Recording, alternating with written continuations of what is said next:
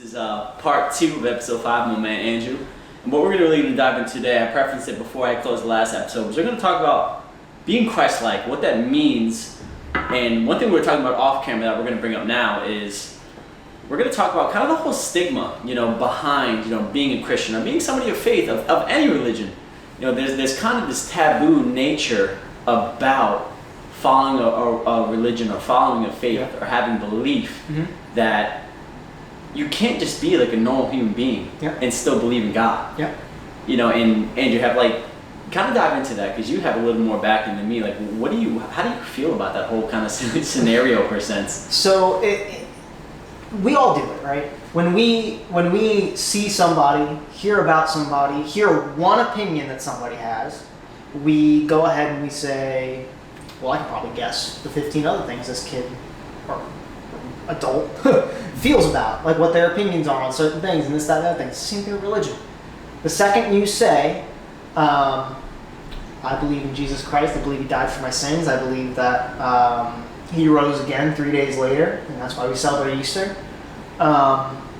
people immediately get these assumptions about you, that you might be closed-minded, or you might be bigoted, or you might believe certain things, or your political stance, or any of these things. People will automatically assume, and it's partially, and I don't blame them, because the media, as well as pop culture, regular culture, it portrays people like that as the most extreme. As the people who are crazy. I ain't crazy, bro. I'm just crazy about Jesus, man. I swear, I'm normal. I mean, at the end of the day, what is normal? But right. But it can be frustrating when people have those assumptions about you, and then they get to know you a little better, and then they're like, oh, okay. When I went for one of my first practicums for student teaching, I was at a school, and the teacher asked me a little bit about myself, and I told her the short of it is I fell in love with teaching because I was teaching kids in church, and I was teaching kids about Jesus, and I loved it. I love the kids. I love their excitedness. I love their energy, and the second I said that, I got a, and hard to shake off. But then at the end of the day, I was like, you know what? That's who I am. That's what I believe. And you know what? Over the next 90 hours of the semester, you'll get to know me, I promise. And by the end of it, nothing but rave reviews. Because at the end of the day, it's not about what you say you believe. It's about how you display what you believe. And oftentimes people get that mixed up. People think either my way or the highway. If you're thinking that way with faith, you're wrong. My way or the highway ain't it. It's less about my way or the highway. It's more about how can I get you on my highway? Or I'm going to love you while you're on your highway. And maybe you'll pop a U-turn. People don't get that. That's what you did with me. We were on 2 different sides of 95. Yep. But you still loved me the whole way along the way, and I think that's one of the things that I think gets misunderstood when it comes to religion. Just because I believe in Christ, I believe in Jesus, I believe he did die for our sins, it doesn't necessarily mean that I'm going to look down on somebody who doesn't. Yep. I can't take my beliefs and my faiths and try to push them onto any one person. Nope. Because I've been on both sides of the story. I've been on both ends of the script. Right. So I've seen it. That you've seen it. We've all seen it. And the thing about it is that there's power. And I think this is part of the reason why, I'm as backed religiously as I am now, is because of what I got exposed to with you in particular, right from the very start. Like I had said in the first episode, I was seeing how you were acting. I was seeing certain things within you that I wanted to have. And you didn't get those by chance. You got those through faith. You got those through your beliefs. And that's what being Christ-like is like. It's not about what you say, it's about what you display. What you display is an inward reflection of what you believe. Yeah. And you see it all throughout the Bible. I'm going through John right now in the New Testament, and throughout John, you'll see these Pharisees who are showing an outward expression of their quote-unquote religious belief, but the whole reason why they're doing it is to get the praise from the people. They're not doing it to shine the light on God, to expand God's kingdom like they're supposed to. Right. And it's so intriguing because I didn't realize how much I really knew about the Bible until I actually started to study the Bible.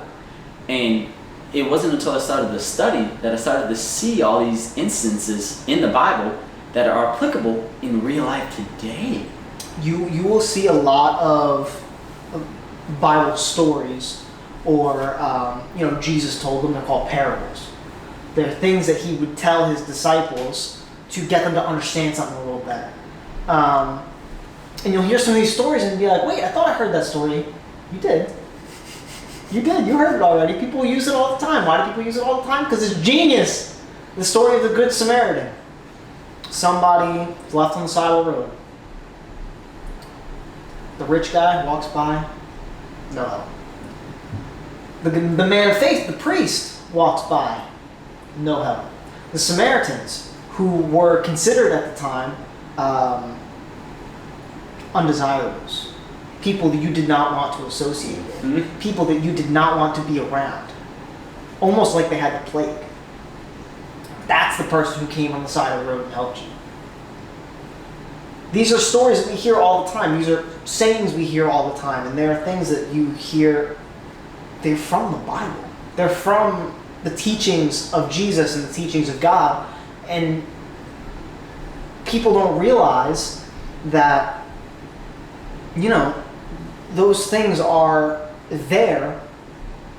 Those things exist to teach you, and to almost not be recognizable as something from the Bible because it's relatable, because it's something that you can relate to today. You could make a whole different story about it in American culture. You can make a whole different story about it in Asian culture. You can plug and play all of these different people and things, maybe like subvert your expectations, and you learn a lot from those. And let's even go further, because I think what we're going through today as a society is a really great example of the Samaritan, the Pharisees, right? The people of faith, and how the way our societal norms are nowadays, it's trained, it's programmed to remove you from the aspect of God, to remove you from the aspect of Christ. So if you look at it in all these social media platforms, wow, what's important to you? What's going on with you? How is your day going? What are you feeling? And I think personally, this is just my personal belief, there's a correlation between the rising of social media and the distancing between people of faith. Because what's going on now with social media is it's training people to think that they are God. Yeah. You are the most important person in the world. Your opinion is the only opinion that matters. Not understanding that may be true to you. Your opinions are the most important opinions to yourself. They are not the most important opinions in the world. And it's such a battle and a challenge, but it's a challenge that I'm excited for, being a person of faith, because, and I imagine you're the same way, Andrew, because when you carry yourself, when you have God as your armor, and your shield and as your light, you can't do wrong. To some people it may be wrong, and even to yourself in the moment it may be wrong, right. But there's always a purpose, there's always a trend, there's a pattern behind it, there's a reason why that happened. And whether that's for you to have humility, understand that you had made a mistake, or to understand that, unfortunately, and this is something that surprised me when I was studying, not everybody is going to believe. Even though everybody has a place in the kingdom, not everybody's going to accept their place in the kingdom. Yes. But that's okay. That's okay. You can't please everybody. Yep. You can't please everybody. And I don't know, kind of dive into that, Angel, with this whole COVID situation, because when this whole COVID thing started, it really kind of, I'm going to say, maybe spurred something within you that we had sort of talked about off camera. Yeah. Now, obviously, please don't go into the details if you don't have to. That's really No, it's all right. not that important if you don't want to go into Yeah. it. But I think the story and the message behind it is important, right? Yeah. So kind of dive into that a little bit for me, if you wouldn't mind. Yeah. So when I don't mind going into it. Doesn't bother me. When COVID first started around March,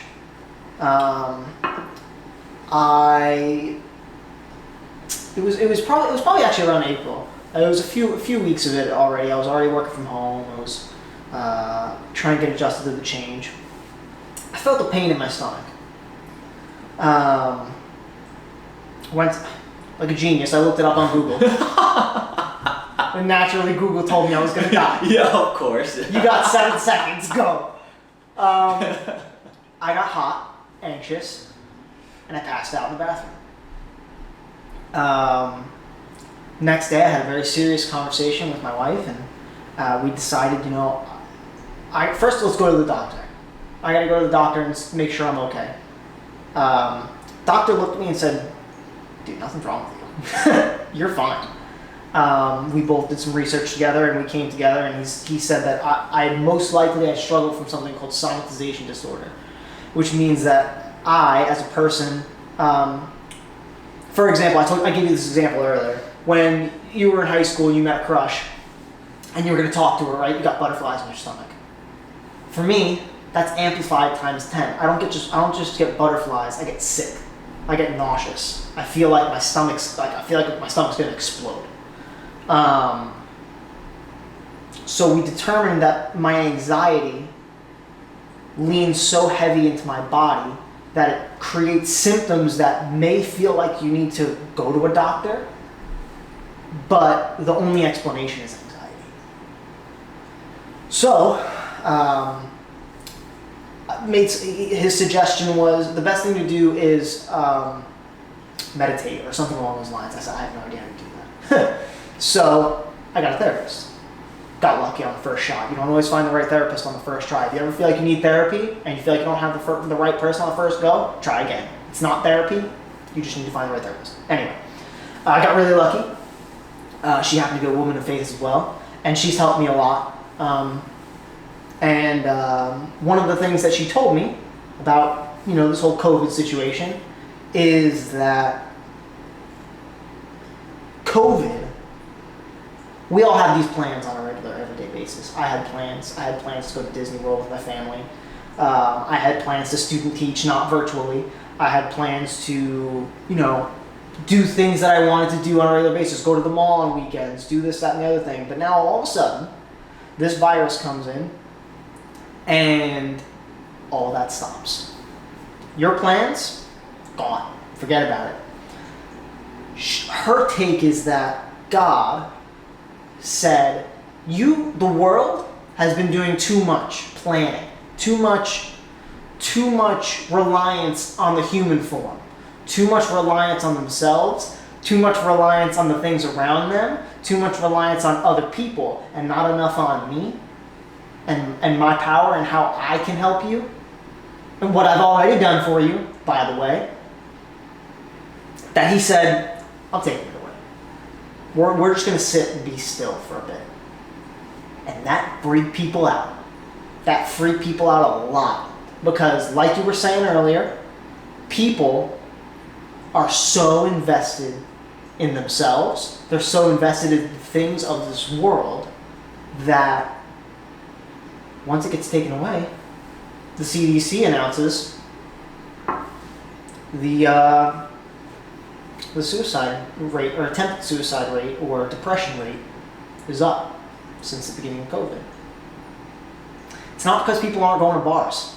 It's not because people aren't able to go to clubs. It's not because people aren't able to go bowling. It's not because people aren't able to go shopping or go to the mall. It's because people have now lost their control. They now know how, you don't have a say in what happens next week. You could, back in 2019, the good old days, you could make a plan for next week and it could probably go true. Today, you'd be lucky to make a plan for tomorrow. And at the end of the day, the people who are able to say, you're right, I don't have control, I'm going to trust God with this one, are the ones who are going to come out on the other side of all this, because there will be another side. We'll come out on the other side of this and say, it was hard, it was tough, but I made it. Because at the end of the day, people go through turbulence all the time. Sickness happens. Maybe not on this scale all the time, but family members get cancer.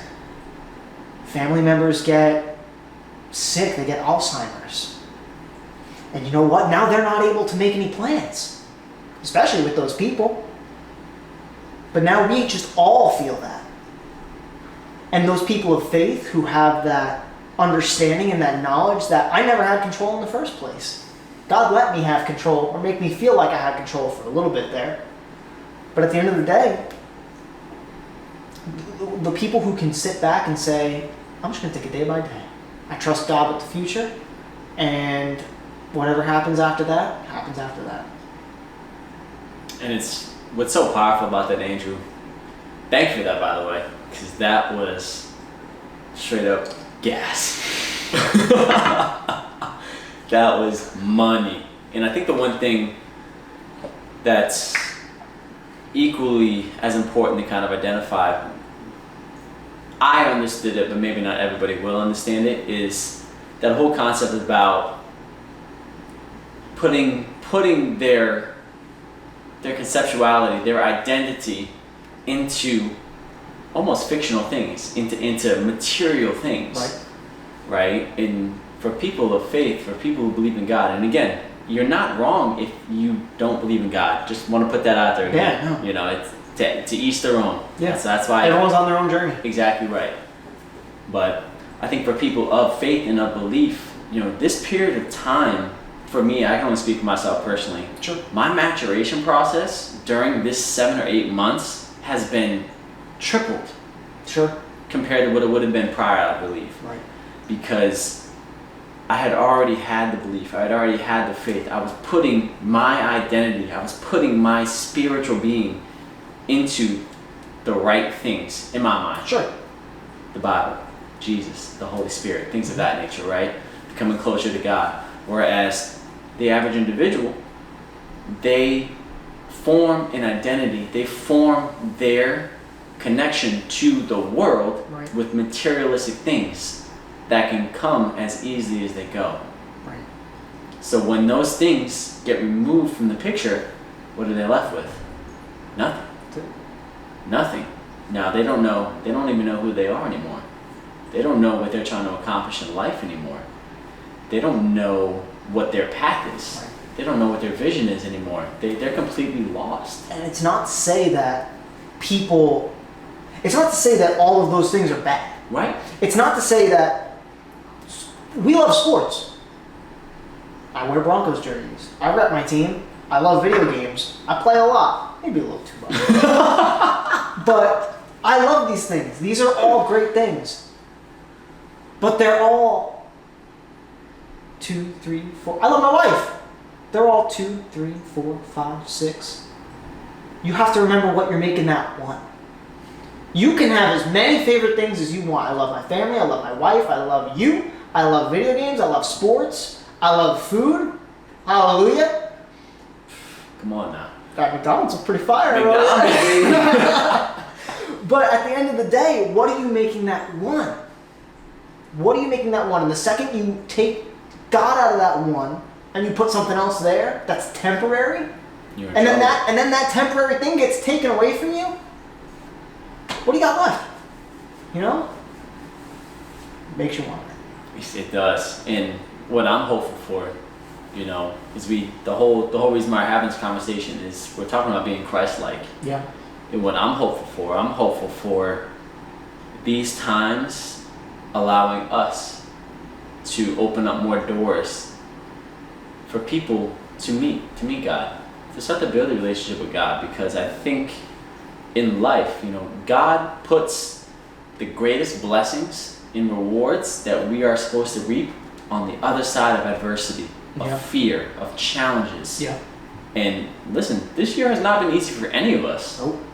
And it's all brought specific, unique challenges to each and every one of us. But the fact of the matter is that if we can just keep pushing forward, and lean into the adversity, lean into the challenges, God is going to reward us with things greater than our minds could ever comprehend.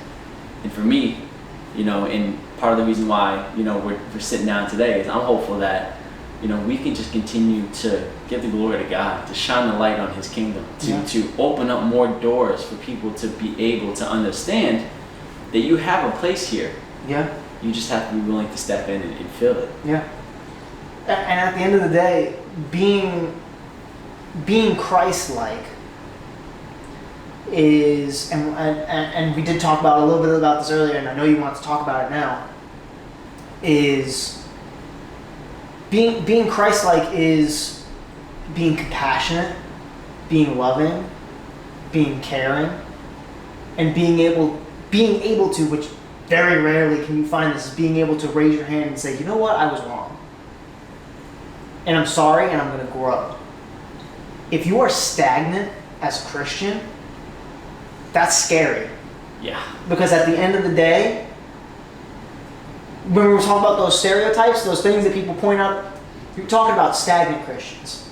The ones who you're able to point out and say, I know exactly what you believe. You want to know why you can believe exactly what they believe? Because they believed that thing 20 years ago. They believed that thing 10 years ago. They believed that thing 5 years ago. They believed that thing 2 years ago. You should always, and this is not just a religion thing, you should always be growing in your belief systems, whatever it is. Whatever it is. Whether it be politics, whether it be the way you see civil rights and the justice movement that's going on, the social justice movement, however you need to grow your mind is what you should be doing as a human being, not just as a Christian. Christians especially, right? Because that's what you're subscribed to. Mm-hmm. That's what you're saying you believe. That's what you're saying you want to do. But now if you don't do it, shame on you. Yeah, seriously. If you're someone who's not willing to grow and change as a human being and be able to listen to other opinions and be able to listen to other cultures and be able to welcome other cultures and be able to appreciate other people, you have a serious issue. Not only as a Christian, but as a human being, because human beings need to be able to accept others. I know that's like super. That was like super on the nose, but like, love it. That's good. You have to grow and evolve in every area of your life. Because if you don't, you become one of those stereotypes. You become a stereotype because at the end of the day, you're predictable. Right? If you're not growing and changing, people know you and you're predictable. Nobody wants to be predictable. If you want to be predictable, I'm sorry. I'm sorry. But being predictable means that you are not growing and changing. I know I sound like a broken record right now, but no. You have to grow and change. You have to grow and change as a human being. And you see a lot of people who are unwilling to do that. They will hear things, and now I'm going on a tangent, but we'll do it. They'll hear things on social media. They'll hear things on the news. They'll hear things from their relatives. And they'll see a video. And they'll see it. I want to say seeing is believing, but it's not anymore. Because people will see something, and they'll say that they saw something completely different. And they'll say, oh, well, the one that I read or the one that I saw was fake. Or it was exactly what fits my narrative. It's not what fits your narrative. There is truth. But people are not willing to seek truth, and this is where you get into conspiracy theories, and people will just believe anything at this point if they are not willing to grow and change. And before we go too far in a tangent. No, not because I don't want to, just yeah. because I want to make sure we keep it in a good time frame. I think a lot of the reasons why we have issues in America today, I think a lot of the things that are the way they are today have a strong correlation with what you just said there earlier. Yep. With not being able to grow and change, not being able to, there's clearly, the United States is stagnant, clearly. The amount of disassociation between one another, the amount of separation there is, the lack of understanding of different points of view, the lack of ability to have conversations. And this is on both sides of the aisle. On both sides. This is not just one. Of course, Yeah, absolutely. no question. The lack of humility, the lack of the ability to say, hey, I was wrong. Hey, you know, if y'all watched episode 1 of the sit down when I was with Mitch, I had referenced the family where I talked about kneeling and how at first I thought that was wrong. Andrew and his family, that was the family I was referring to. So I hope that it kind of adds a little bit of power to this. At that moment, that's what we thought. But we had the humility and we had... Grew and changed. Educated ourselves. We changed, we educated ourselves, and we said, hey, we were wrong. Yeah. I am wrong. Now let me do the steps necessary to be right. Yeah. Let me do the necessary steps to not fit my narrative, but be a human being. You know, there's such a loss of humanity now. Mm-hmm. Why is it always a color thing? Why is it always a you against me? Why can't it be humanity? Why can't it be, that's just plain wrong. That's not right. Yeah. And a lot of it comes from, you see it with cancel culture. With, we don't have to go too deep into it because I could go for days on that. But it comes with cancel culture and It doesn't exist anymore. balance isn't a thing. And that's where you get humanity is balance. Nobody's the same, nobody's exactly alike, and nobody's gonna believe the same things. But there is a right, there is a wrong, and there are some things that are just wrong, and there are some things that are just right. And people, we're living in a day and age now where people will tell you what's right is wrong, and people will tell you what's wrong is right. And they believe it. They believe it. And it's people, and those are the people that you can't have a conversation with. Yep. That's exactly The people it. that are that hard-nosed, the people that you can't sit down with and have a conversation. See what you think. Sit down. This guy. Alright, y'all.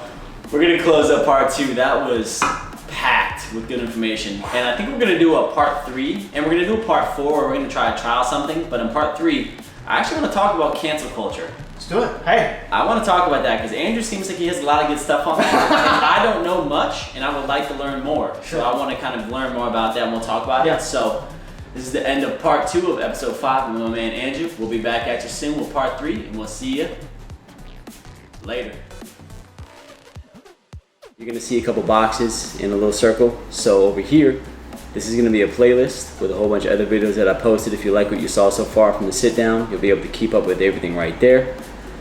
Right here is going to be the video to my previous video. And then right here, click that circle there. Don't forget to subscribe. Hit that bell icon to make sure you get all the updates whenever I come out with some new content. I appreciate the support. Let's keep the train going. Here we go.